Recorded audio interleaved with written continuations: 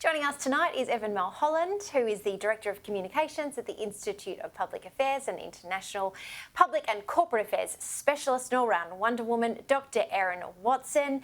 Erin, let's start with you. So great to see you, fresh from a great trip to India, I believe. And I wanted to start with the Daily Telegraph because it's all happening in federal politics, and the headline reads, "Making a meal of it" on the telly tomorrow. ALP candidates eatery quiz is a dog's breakfast is the front page.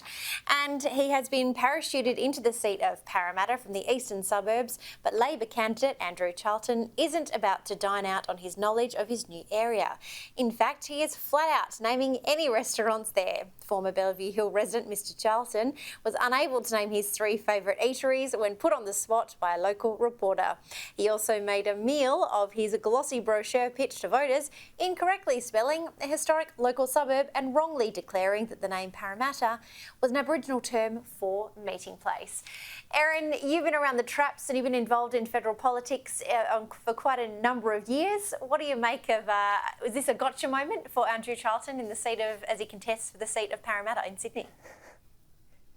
It probably is a little bit of a gotcha moment, Jenna, but at the same time, you've got to know your area. And this just goes to the whole problem with being parachuted into an area like Parramatta, where we know there are so many good potential candidates out there for Labor, and you've sent the wrong person in for the job. Yeah, indeed. Evan, welcome to you. Parramatta is a long way from Melbourne where you are, but obviously you'd be aware with Andrew Charlton's backstory and his very impressive CV. Parramatta, is it the right fit for him? Absolutely not. Maybe they could have run him in North Sydney, considering Labor consider themselves half a chance there.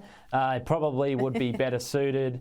I mean, all politics is local, and there are countless food outlets to choose from. At least know a few, get to know the local traders. If he's actually done a street walk and met all the small businesses, he would have been able to reel off a few eateries to choose from.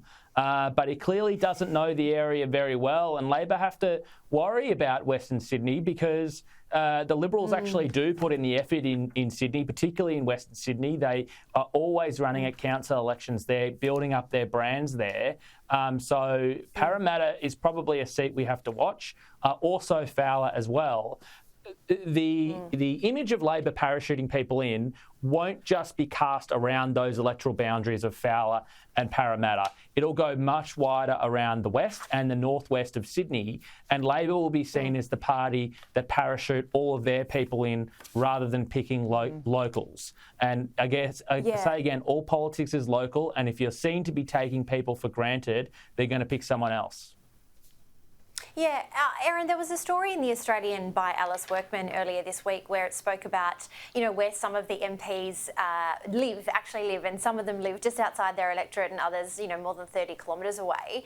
Do you think moving forward, being a part of the local community, considering everything we have been through, specifically on the East Coast when it comes to things like COVID, where grassroots community really matters, this will be a really big deal moving forward, potentially not in 2022, but in politics moving forward?